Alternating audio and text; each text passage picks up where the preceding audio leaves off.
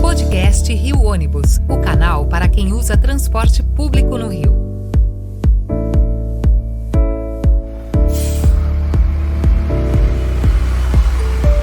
Bem-vindo ao podcast do Rio Ônibus, o seu ponto de encontro para conversas sobre mobilidade urbana, transporte público e as histórias que movimentam o Rio de Janeiro. Eu sou Paulo Valente, diretor de comunicação do Rio Ônibus, e te convido a embarcar com a gente nesse bate-papo que conecta você à nossa cidade. E hoje mergulhamos no tema que está definindo o futuro da mobilidade urbana, a tarifa zero. Um conceito que, embora prometa acesso universal, levanta uma questão central: como financiar essa mudança de forma responsável e sustentável? Para nos ajudar a entender melhor esse cenário, recebemos um convidado especial, o Dr. Pedro Ricardo Queiroz, advogado, consultor da aviação Nossa Senhora do Amparo e autor do livro Tarifa Zero: o debate entre acesso universal e investimento responsável no transporte público coletivo, que traz uma análise profunda sobre os caminhos possíveis para financiar a gratuidade sem comprometer a qualidade do serviço. Doutor Pedro, muito obrigado por aceitar o nosso convite para participar de mais um episódio do nosso podcast, falando sobre tarifa zero, que é um tema para nós hoje relevante. Acho que é o tema que já está pautando as próximas eleições. Todo mundo hoje fala sobre tarifa zero e sempre que se fala tem aquele grande desafio: não existe um almoço grátis, né? Quem vai pagar essa conta?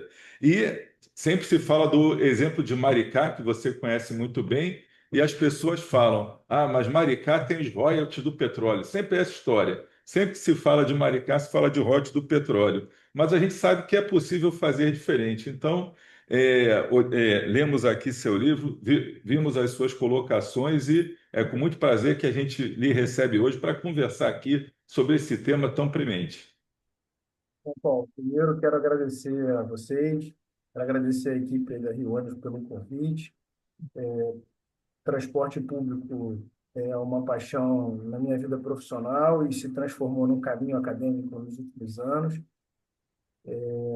Gostei da introdução que você fez, porque assim como você mencionou, eu acredito que o futuro da sustentabilidade do sistema de transporte público no Brasil ele vai estar completamente vinculado ao formato do transporte público subsidiado.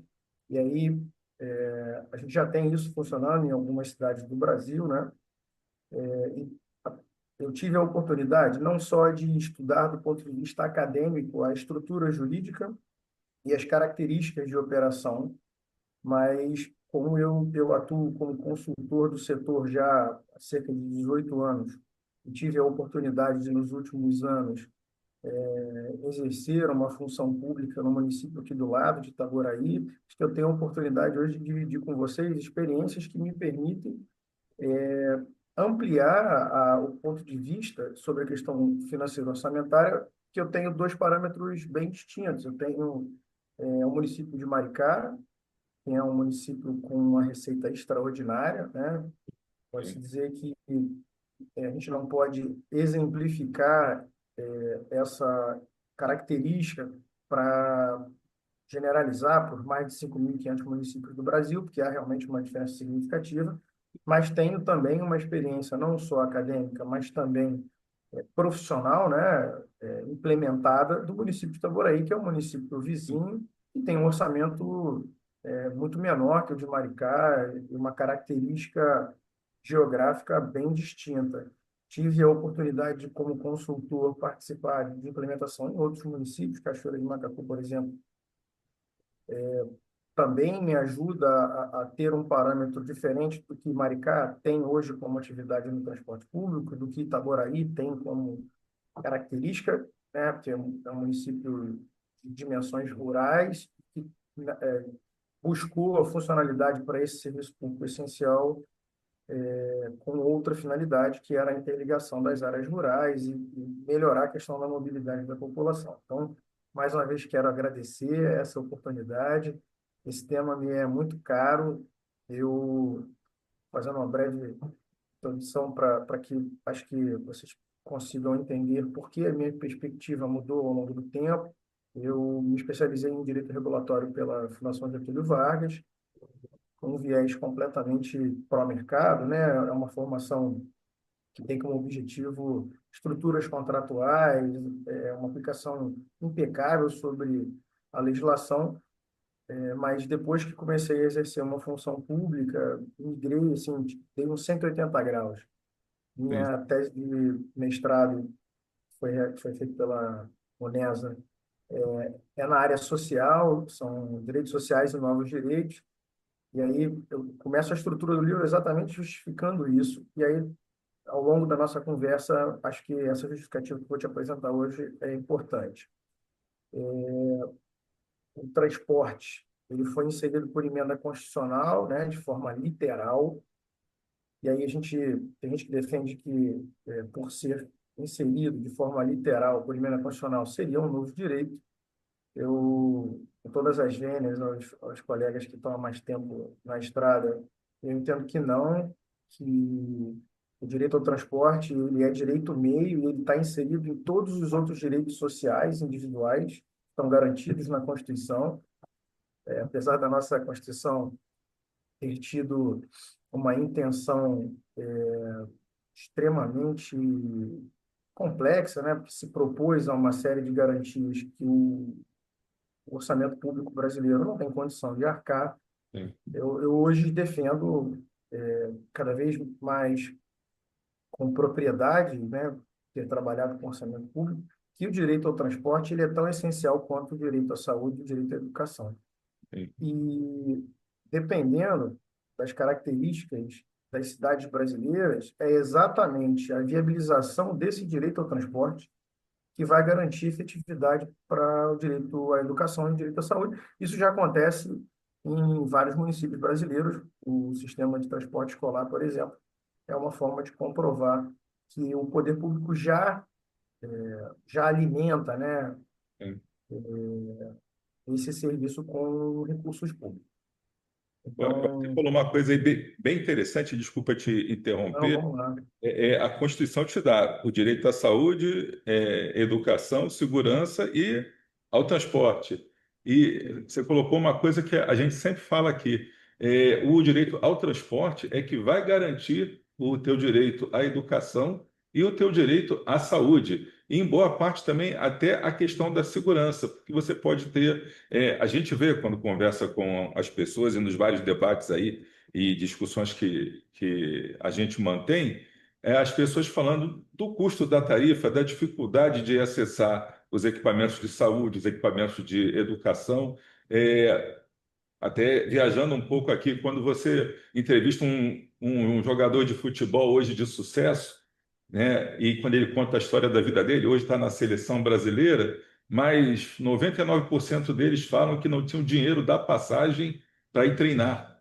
Então, da mesma forma, o pessoal que não tem o direito não tem o dinheiro da passagem para ir até uma universidade, até um colégio mesmo, para ir a um equipamento de saúde. Uma pesquisa em São Paulo disse que boa parte das consultas que são canceladas no sistema do SUS dão no-show, por quê? Eles falam, pô, por que a pessoa marca a consulta aqui é difícil e não comparece? Foram pesquisar, é porque não tinham no dia o dinheiro da passagem para se deslocar até a unidade de saúde em que eles estavam agendados. Então, esse teu olhar aí, achei bem interessante quando você falou da tua guinada. Você começa pelo lado empresarial, se especializa no lado social e vê no transporte público aí um caminho para isso. É o que a gente fala, quando a gente vai falar em algum lugar, as pessoas, "Ué, o que é que um representante das empresas de ônibus, né, que são empresas capitalistas, vilanizadas, estão fazendo num debate sobre tarifa zero? Qual o interesse de vocês?" Então, é complexo de se explicar, mas passa muito por isso que você falou.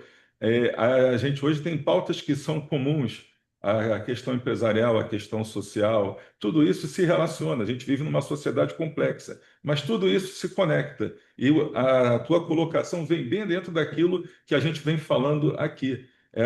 A tarifa zero é uma pauta que se apresenta como uma solução, como se fosse um remédio para vários problemas e que não tem contraindicação. A única indicação é que é um remédio caro, né? Como o transporte de qualidade custa dinheiro, a saúde de qualidade custa dinheiro, a educação de qualidade custa dinheiro. Só que a educação e a saúde são financiadas diretamente, o transporte não. Tem uma parte Ainda que não. paga pela população. Você disse bem, ainda não. Então, fica bem interessante isso. Deixa eu voltar aqui para o nosso roteiro. Você fala muito, né? Você começou já falando de Maricá, de Itaboraí, de Cachoeira de Macacu. Conheço bem a região, né? Final de semana passado, passando por Itaboraí, ainda fotografei um ônibus lá, Tarifa Zero, passando ali pelo lado da estrada. A gente fala mais da questão do financiamento. No Brasil, quais são os principais modelos assim que você vê já adotados e aí pelas suas pesquisas ao redor do mundo? O que é que vem sustentando aí a tarifa zero, além dos royalties de petróleo? Legal, Paulo. É, tudo se encaixa, como se a gente estivesse tratando do mesmo quebra-cabeça. Sim, Porque, voltando aí ao tema da Constituição, como o Estado se propôs a uma extensão de serviços extremamente complexa e tinha como ideia abarcar toda a necessidade do povo brasileiro ao longo de anos e anos de crise, dificuldade econômica, o transporte e a infraestrutura, de um modo geral, foram entregues para concessão de serviço público, tá certo? Então, a modelagem inicial desenhada era para um modelo de financiamento exclusivamente por tarifa, como outros serviços, né? sim, Rodovias,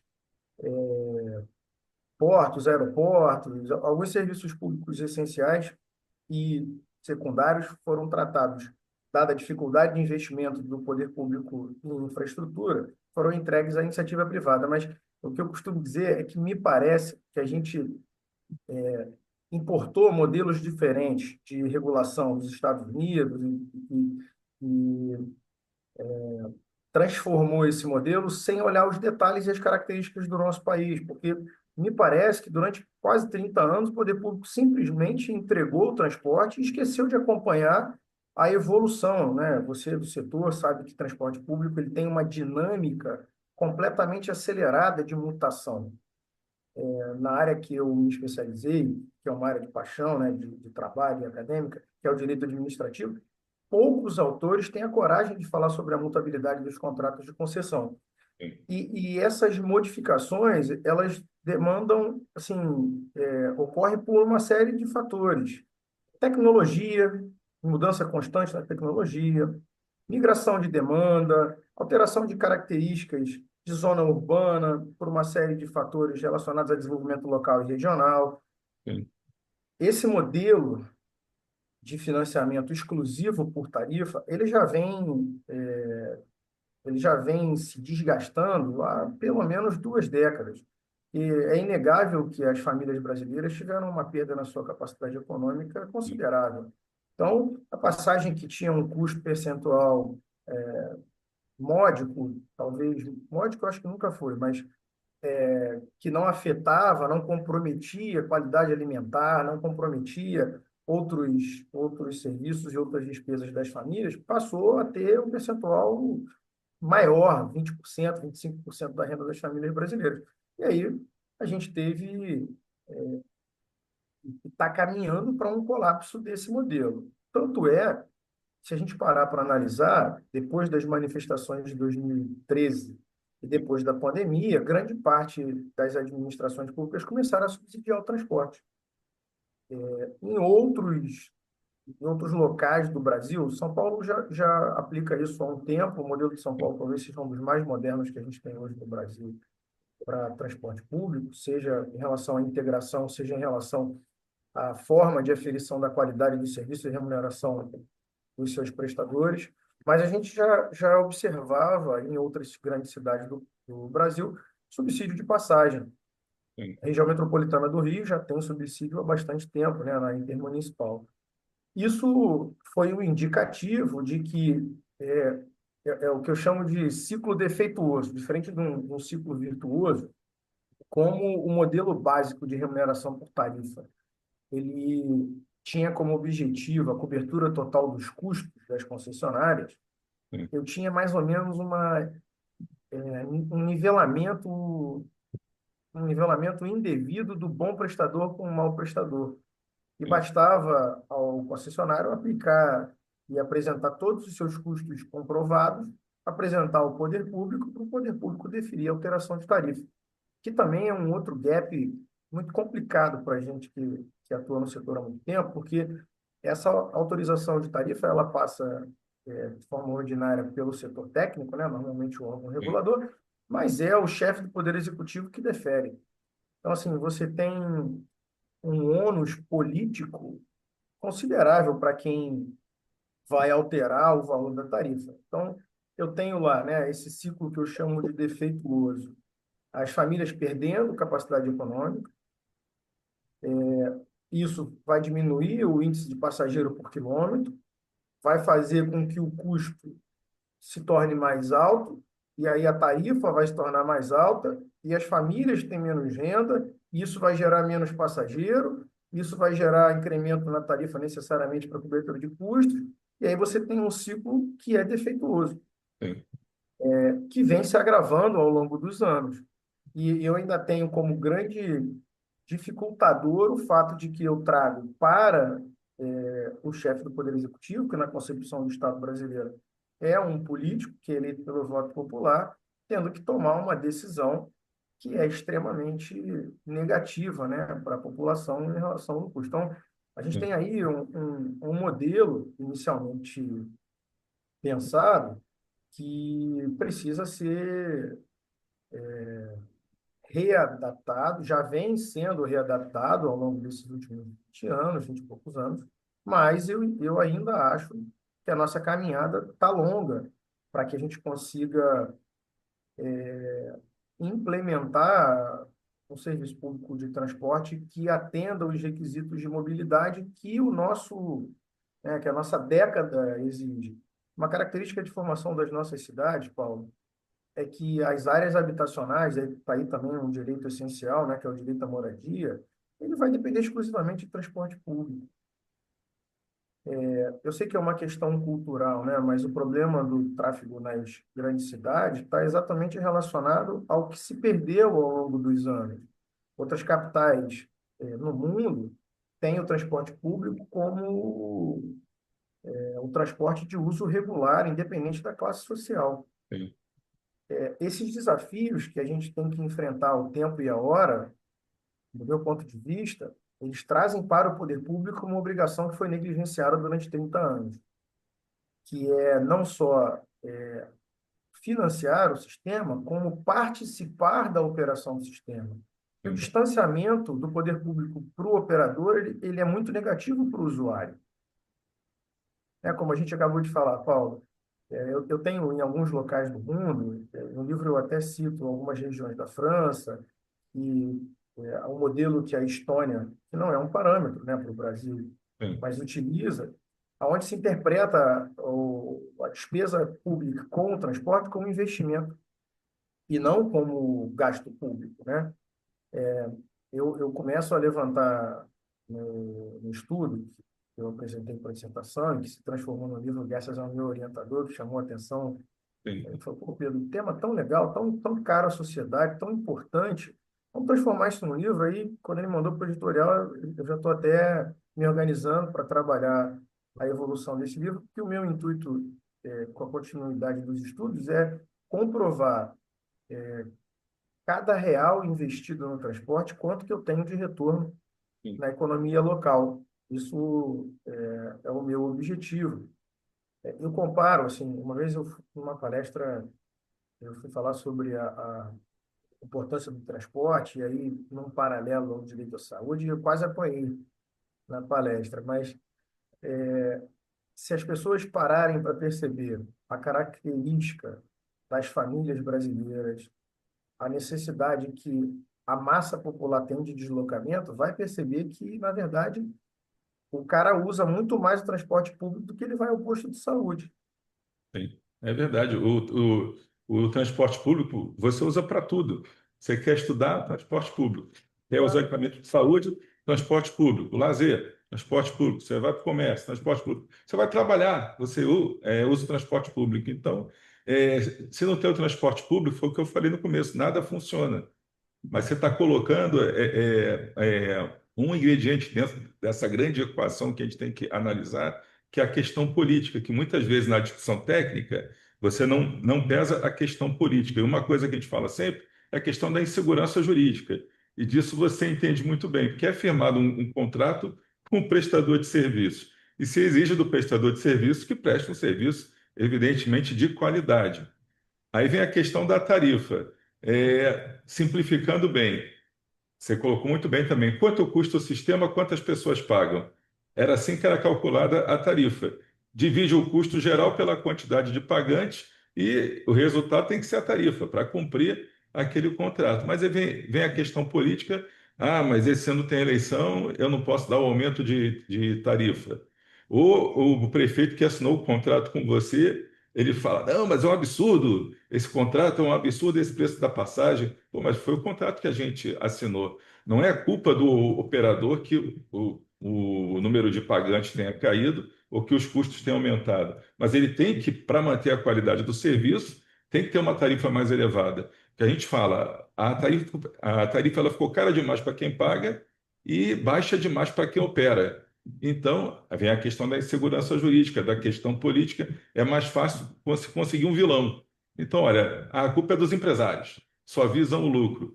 E eu sempre falo, por que está com ônibus velho, só querem lucro? Não. Olha, nenhum empresário teria ônibus antigo rodando. Se as empresas pudessem, seriam que nem Amparo, que você, da consultoria, teria uma frota nova, a equipe bem treinada, bem qualificada. Por quê? Você tem que ter condições de oferecer um serviço de qualidade, mas precisa ter um contrato cumprido de parte a parte. Eu acho que você colocou uma variável aí bem interessante que poucas pessoas têm a coragem de falar, que é a questão política dentro da discussão. Se a pessoa que tem a caneta na mão não cumprir aquilo que foi combinado, todo o resto é prejudicado. Mas para a gente voltar mais ou menos ao roteiro, você falou das ideias de como que a gente pode financiar do lado bom. Na sua experiência, o que é que tem levado projetos como esse a fracassar? Tem algumas cidades que começam com a política de tarifa zero, é sempre um sucesso no início, mas em alguns casos a prefeitura, que isso provoca um aumento na demanda, que provoca um aumento na necessidade de colocação de ônibus, mexe com toda a economia local. Você não pode botar a tarifa zero sem considerar essas mudanças que vão acontecer na demanda, o incremento de passageiros no transporte público, o esvaziamento de outros modais piratas que rodam às vezes, ou do aplicativo do carro de passeio, de tudo isso. Então, tudo isso pesa na equação. E a gente já vê hoje algumas cidades que adotaram a política com dificuldade. E algumas, como Belo Horizonte, que estava tudo bem encaminhado para se aprovar a tarifa zero, e quando chegar na hora, o pessoal, não, olha, eu tenho medo disso, tenho medo daquilo, eu acho que o orçamento não vai dar, pode ser que não dê certo, e desistem dessa política de tarifa zero, já pensando que não vão conseguir pagar a conta. Aonde que você já viu essa dificuldade de pagar a conta e se há caminhos para se contornar aí as dificuldades que na prática já vêm ocorrendo? Paulo, para fechar só um último ponto que a gente falou, em Ok. relação ao formato do incentivo e da decisão, da tomada de decisão do ponto de vista político para quem defere a tarifa, Sim, a gente tem que reconhecer que houve uma mudança positiva no formato dos contratos de concessão. sim, Majoritariamente no estado do Rio se utilizava a tabela J-Pod, que exigia uma série de elementos comprovados que nem todos os concessionários conseguiam, né? sim, Isso aí é uma questão muito bem dividida entre a dificuldade do órgão regulador e o ponto de vista final, né, de quem vai tomar a decisão. E isso, para mim, só mostra que esse modelo ele está superado e que ele precisa realmente ser uma página na história do transporte público. Bom, em relação à implementação e principalmente na sustentabilidade do tarifa zero, hoje ainda não existe no Brasil um fundo de financiamento do sistema de transporte. Na verdade, o fundo existe, mas não existe uma política pública de incrementos e repasses orçamentários para que esse fundo seja sustentável e viabilize. sim. Claro, precisamos ser responsáveis. O Brasil tem mais de 5.500 municípios com características completamente diferentes, tá certo? Então, eu vou ter na demanda de cada região e de cada estado e de cada município uma característica diferente do custo. E aí Sim, eu falo isso porque o modelo que vem sendo adotado com certa segurança é o modelo de pagamento por quilômetro rodado. sim, Isso ajuda a manter, de certa forma, a sustentabilidade do serviço, porque se eu custeasse por passageiro embarcado, eu teria um descontrole absoluto, uma vez que a demanda reprimida, ela explode no início da operação, tá certo? E, certo. Paulo, eu vou te falar das oportunidades que eu tive de experiência, assim, efetiva com o serviço. É difícil você dimensionar qual vai ser o percentual de aumento na demanda, porque varia de acordo com cada local, varia de acordo com o histórico do serviço prestado na localidade que você vai implementar o tarifa zero. Como o sistema está desgastado há bastante tempo, tem algumas regiões no estado do Rio de Janeiro que a oferta de itinerários está completamente defasada. Então, quando eu gero a implementação do tarifa zero, né, na sua universalização, eu gero um aumento muito grande na concentração das linhas que migram do tarifa para o tarifa zero. Lembrando que tarifa zero não é ônibus de graça, tá certo? Tem um custo, esse custo é pago pela sociedade, porque ele vai sair do orçamento público. E o comprometimento do orçamento público ao longo do tempo é que precisa ser dimensionado. E aí, vou aproveitar o gancho do que você falou sobre modelos cidades que se estruturaram, mas não implementaram. São Paulo, na verdade, foi o primeiro leading case. Eu trato isso no livro. O Sim. Daniel Santini, que é um estudioso do assunto, Já ele gravamos fala com ele aqui bem, um podcast, inclusive. pô, Muito bom excelente, conversar com cara. ele. Tem uma propriedade sobre o assunto considerável. São Paulo foi o primeiro leading case, né? O município, apesar de estruturar, ele até naquele momento indicou qual seria a fonte de custeio, era uma taxa vinculada ao imposto predial, mas aí a Câmara do município não aprovou, aquela ideia embrionária não se efetivou. Traçando um paralelo com o que eu tenho de experiência, Paulo, depende muito da vontade, assim, do governante de entender a necessidade daquele município. E aí vou te falar das duas experiências que eu tenho. Uma, como viés da iniciativa privada, como consultor, e o outro como agente do poder público que teve a oportunidade de participar do estudo, da implementação e hoje da execução. Sim, Maricá tem um orçamento em torno de 7 bilhões e alguma coisa de royalties, que é o maior orçamento per capita do Brasil, assim, disparado. Não tem nenhum parâmetro, nenhum município que sirva como parâmetro. Itaboraí tem um orçamento próximo de 1 bilhão. Itaboraí tem 640 quilômetros quadrados, Maricá algo em torno de 340 e pouco, 360.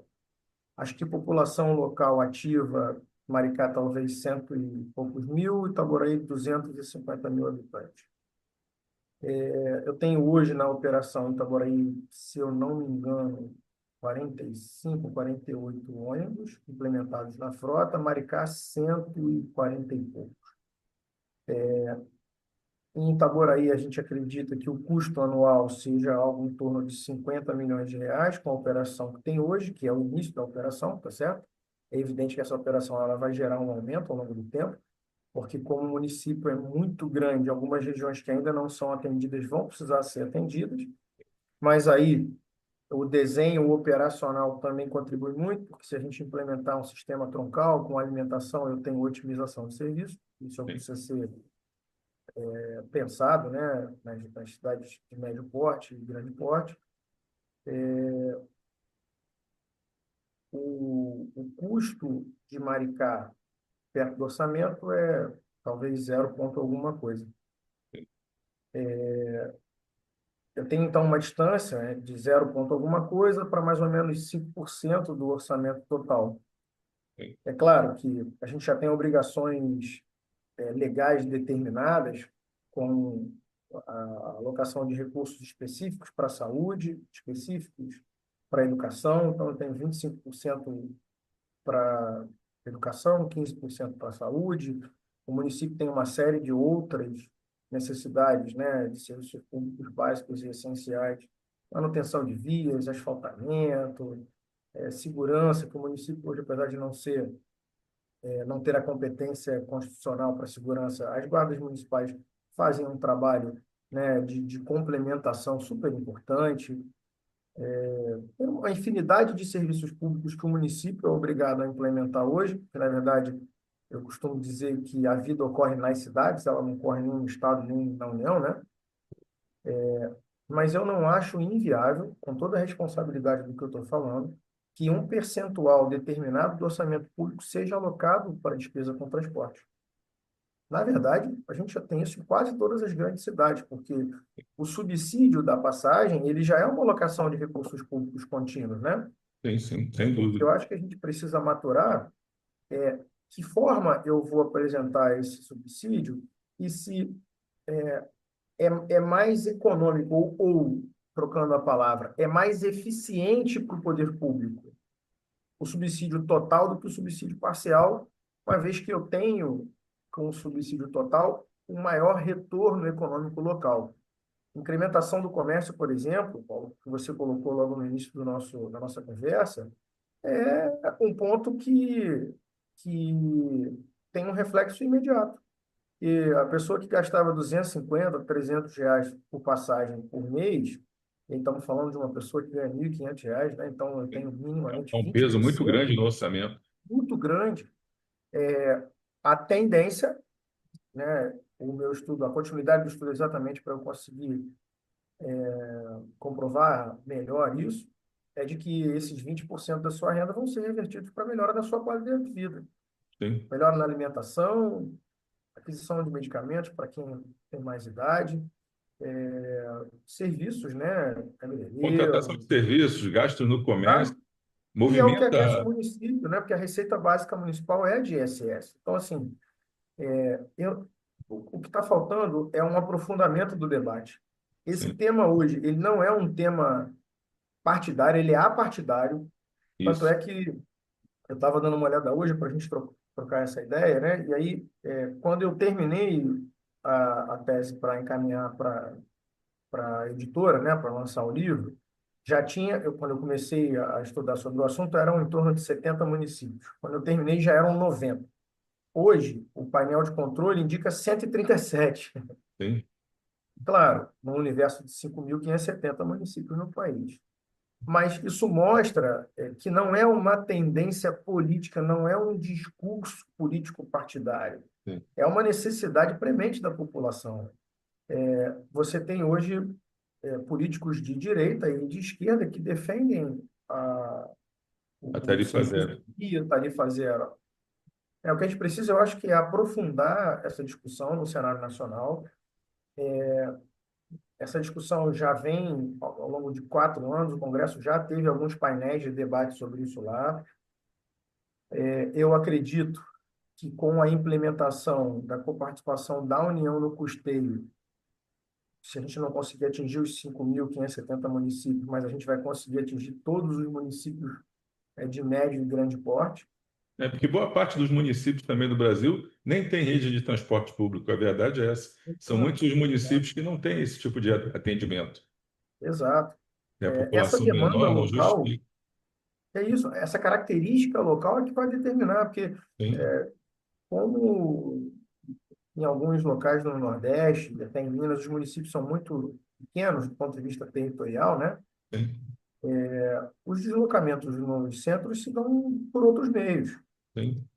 Mas o que a gente precisa pensar, e aí não estou pensando exclusivamente nas regiões metropolitanas, não, mas eu acho que é onde está hoje o maior desafio da mobilidade urbana no país, né? É melhorar a qualidade no serviço e viabilizar a interligação entre locais, né, nos municípios, implementar de forma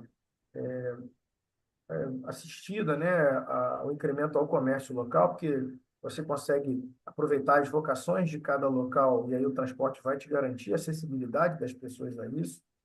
A gente já custeia, Paulo. Educação, transporte dos estudantes já é custeado.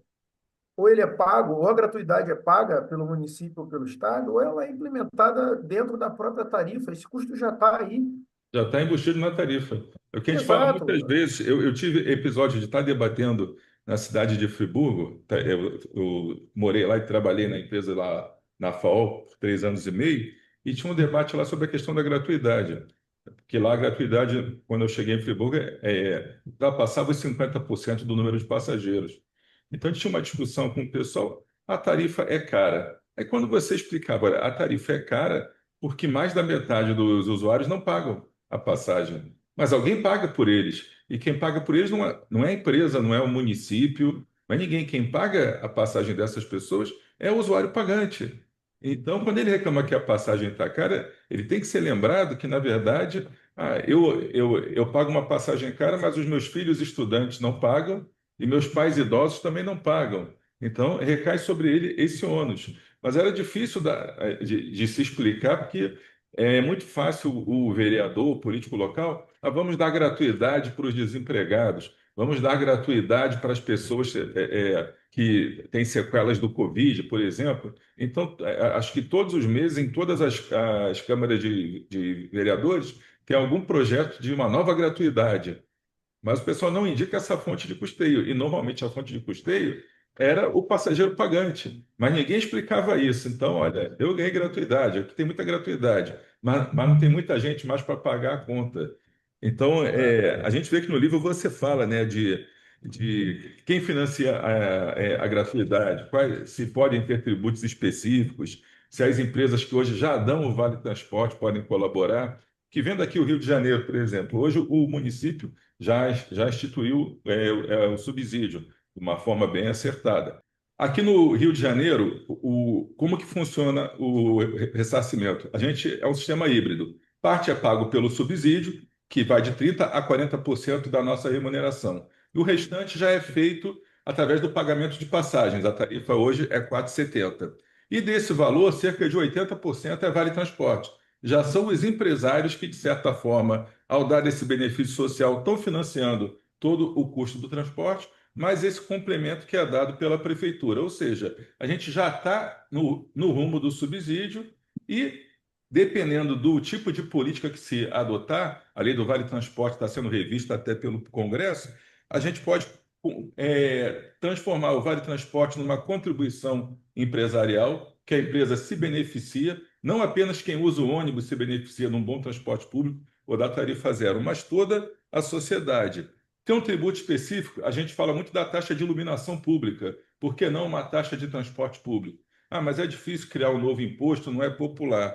Então, pela tua experiência, pelo que você está vendo, pelas dificuldades que a gente já falou das prefeituras manterem políticas de tarifa zero, pelo fato de algumas não terem uma boa arrecadação, pelo fato de agora essa discussão estar começando nas entidades de classe, junto aos empresários, de não ser mais uma pauta de esquerda, como a gente falou antes da questão política, mas ser uma pauta já nacional, partidária. Como é que você enxerga, então, os melhores caminhos para esse financiamento, para que a gente possa continuar lutando aí pela tarifa zero e provando que vale a pena implantar esse sistema?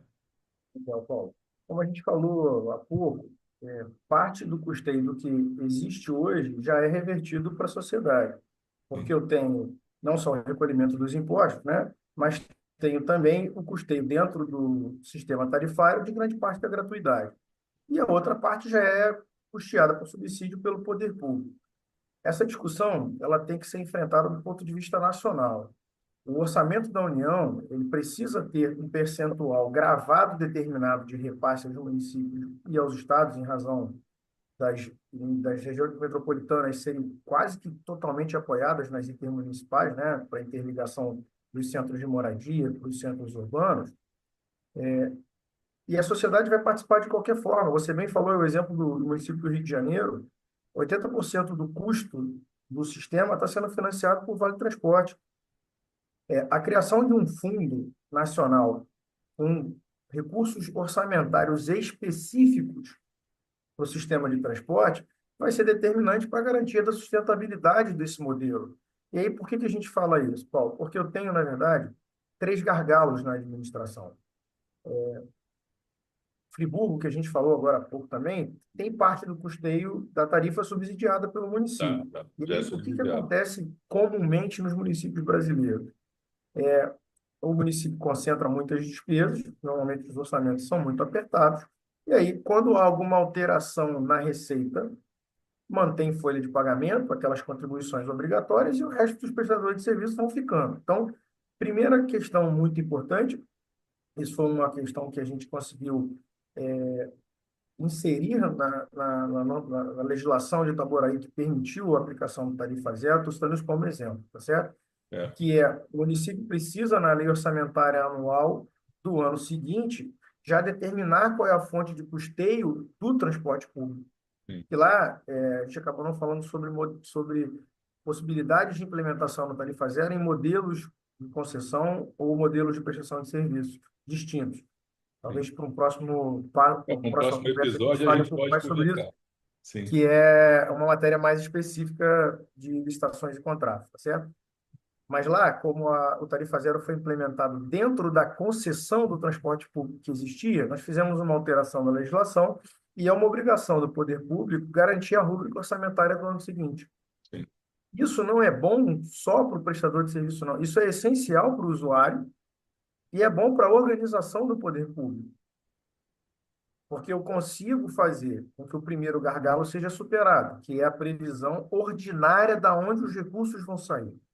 É. Aí eu tenho o segundo gargalo, que é o processo de aferição da prestação do serviço, seja ele por passageiro transportado, seja ele por quilômetro percorrido, seja ele por índices de medição de resultado do serviço para pagamento parcial do subsídio, como existem em contratos já em uso aqui no Brasil, em várias capitais, Sim. ou qualquer outro formato de remuneração. Então, eu tenho o primeiro gargalo, que é garantir a previsão desses recursos no orçamento público. Segundo, é o processo administrativo para atestar os serviços prestados, que eu preciso, né? Eu tenho a responsabilização do fiscal, que é o responsável por confirmar que está tudo certo. Para mim, né, é indispensável que, de alguma forma, o usuário consiga, através de indicadores de ouvidoria e canais de...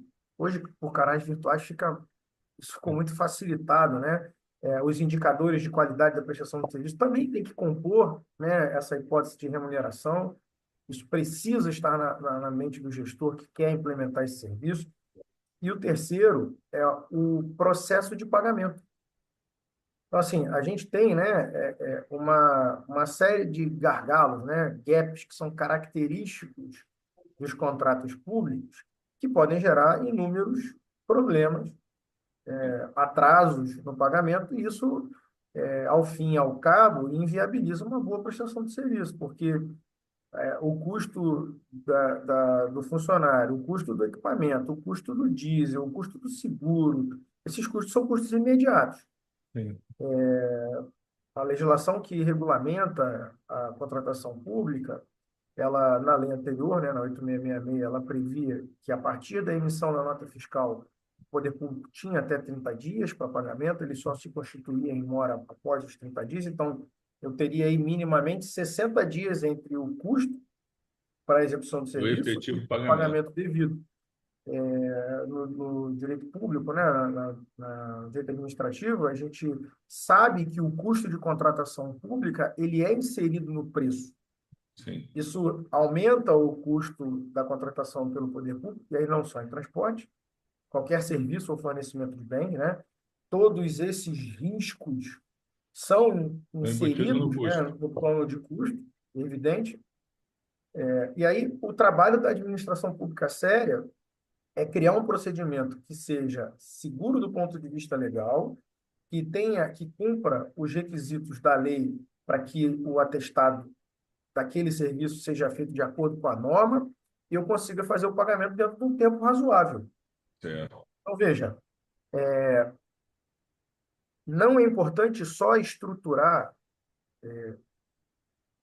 da onde nós vamos custear o transporte, mas o procedimento de pagamento, seja ele via concessão por subsídio, seja ele pagamento direto por prestador do serviço, como locação composta, né, que acontece em alguns lugares, Maricá, por exemplo. O formato é locação com motorista, com combustível, com serviços de manutenção preventiva e corretiva. Todos esses elementos, né, todos esses itens de prestação de serviço, eles geram um custo imediato. sim, Então, se eu tiver 90 dias para ocorrer o pagamento, eu vou ter uma oneração excessiva. sim, Isso, a não ser que o prestador de serviço tenha uma condição que os outros empresários no Brasil não têm, gera uma dificuldade na gestão e na execução do serviço. sim, Isso sem para dúvida. qualquer serviço público contratado. O problema é que o transporte ele é on time. O transporte público ele ocorre quase que nas 24 horas, né? Com redução Sim, de alguns horários por perfeito. diminuição de demanda, mas é um serviço contínuo. Eu não posso ter solução de continuidade no serviço de transporte. Então, Eu sou um serviço público essencial. Eu não posso falar, a prefeitura atrasou o pagamento, eu não vou rodar hoje, eu não não vou tenha dúvida. atender. Eu não tenho Não essa tem condição. isso em qualquer formato de contratação, Sim, seja ele no serviço, no formato de concessão regular, com pagamento exclusivo por tarifa, sim. seja quando há um pagamento é, parcial por subsídio, seja o custeio total, né? O que vai mudar é quando o pagamento é total, se não houver um tempo razoável entre a liquidação da despesa pública e o seu pagamento, o prestador de serviço vai ficar sem nenhuma receita. Na tarifa, eu tenho parte custeada pela tarifa, né, que a receita é mais rápida, mas a parte do subsídio é tão importante quanto, porque ela compõe o custo de operação. E a Então, tarifa zero, no caso, é o subsídio levado ao extremo. É o subsídio, exato, digamos, integral. Então, se não houver o integral. pagamento, não há recurso. Se o operador não for extremamente capitalizado, ele não tem condições de rodar mais do que uma semana pagando ali Exato. combustível que é à vista, pagando insumos e tudo. Então, é Paulo, preciso mas a a gente tem. garantia desse pagamento regular. Exatamente. Então, esses dois pontos, para mim, são fundamentais, que é criar na legislação uma obrigação orçamentária própria da União, como eu tenho destinação de recursos para a educação e para a saúde, Ter também para o transporte. e aí, assim, sendo até um pouco irresponsável, porque esse levantamento ele é antigo, eu li isso numa reportagem da MTU, se discutia que o custo estimado seria algo em torno de 98 bilhões para a operação de transporte no país. Claro que isso precisa ser aprofundado, esse assunto é extremamente sério, né? A gestão de recursos públicos é uma questão de interesse da sociedade toda. Então, a garantia de que isso não vai ser implementado como uma política pública partidária, mas que seja uma política de Estado permanente, perene, Exatamente. tá certo? Sustentada, Muito passa bem por essa colocado. discussão que vai envolver a sociedade toda. Certo. Agora, cá entre nós, né? Hoje a gente consegue acompanhar aí que a União está tendo a maior receita dos últimos, sei lá, talvez das últimas 2 décadas, né? Sim. 98 bilhões dentro do que está sendo arrecadado, a gente consegue entender que há uma Há possibilidade de possibilidade. orçamentária viável, não é tão Sim. impossível como se imaginava.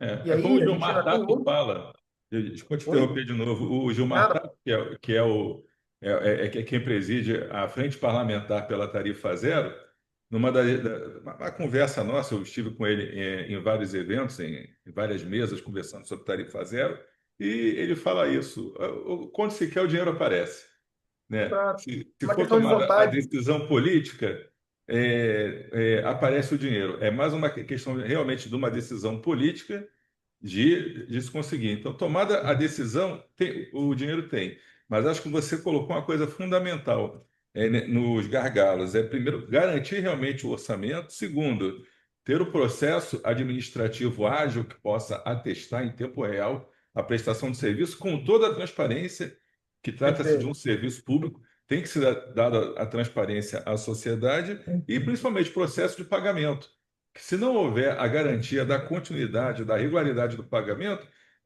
há uma queda na qualidade da prestação de serviço. Isso aí, sem dúvida, até de renovação de frota, de tudo. Então, é preciso, voltando lá à questão da insegurança jurídica, que o contrato seja muito bem escrito e seja cumprido de parte a parte, para que a gente possa conseguir dar um transporte público de qualidade e com a tarifa zero. Acho que precisa ser supracontratual. Acho que isso precisa vir na norma. A norma precisa determinar como que eu vou utilizar esse fundo público garantidor dos pagamentos e que mecanismos eu vou ter que atendam à transparência mínima, né? Na verdade, mínima não. Acho que o processo de auditamento e o acesso às informações tem que ser amplo e Totalmente irrestrito. transparente. Nesses locais onde eu tive a oportunidade de participar, a unidade de custeio é o quilômetro rodado, Paulo. Sim. Ele é aferido por sistema de GPS. Então, não há o que. Ele é O que bom para é, todas as partes. sim. É como no Rio aqui, o Os sistema órgãos é de público. controle. É bom para os órgãos de controle e bom para a sociedade, porque Sim. eu tenho uma unidade de medida que não tem variáveis subjetivas. Exatamente. Falar, eu Caminhou. tenho as linhas determinadas, elas têm que ter uma finalidade exclusivamente pública, eu Sim, tenho que atender a necessidade da minha demanda de usuários. Claro que eu posso também traçar, o município tem a intenção de aumentar a circulação de pessoas para incrementar o comércio na região tal que é vocacionada. Ou eu tenho, como foi feito em Cachoeira de Macacu, a intenção de melhorar a acessibilidade das pessoas de determinada área rural ao sim, centro, exato. tá certo? Mas a unidade de medida, ela precisa ser prática. Ela tem que ser de fácil aferição, para facilitar o processo de controle e para também facilitar a viabilização do seu pagamento. Sem dúvida. Tudo que afeta o equilíbrio econômico-financeiro do contrato, isso aí já é uma questão de direito regulatório pacificada, ela gera comprometimento do serviço. Sim, Atraso no pagamento é um desses elementos, tá certo? sem São dúvida. questões que a gente precisa superar. E quando eu falo da instituição de um fundo, na verdade, não é a instituição do fundo, porque o fundo de transporte já existe, né? Mas é a operacionalização de um fundo funcional é com a participação de todos os entes. É Sim. a União, Estado e município. Sociedade E- através da iniciativa privada, porque já custeia hoje Vale Transporte. E sim, olha, Paulo, vou te falar, talvez eu acho que seja o caminho para nosso, como você tinha me falado, sobre o que a gente deve conversar no próximo ponto de pergunta. sim. Não estou antecipando a entrevista, não, tá, irmão? Não é isso não. É que, como os recursos públicos são escassos, a gente precisa ter minimamente um controle. Esse fundo ele pode ser composto, inclusive, com coparticipação da sociedade, não só das empresas, mas das pessoas físicas. Sim, sim. É, aquela que a gente fala, taxa de transporte público como a taxa de iluminação pública. Pô, Pedro, é uma discussão bem grande que a gente tem aqui. Hoje o nosso tempo está chegando ao fim. Já ficou o pré-convite feito para a gente falar sobre essas questões regulatórias, que eu acho muito importante aprofundar esse debate, porque a gente fala muito das questões conceituais, mas quando vai para a questão jurídica, como você colocou muito bem, eu fico pensando aqui. O governo federal tem o valor, tem que repassar para estados e municípios. E esse, por sua vez, tem que repassar para o operador através de contratos. Isso não é uma cadeia simples de funcionar.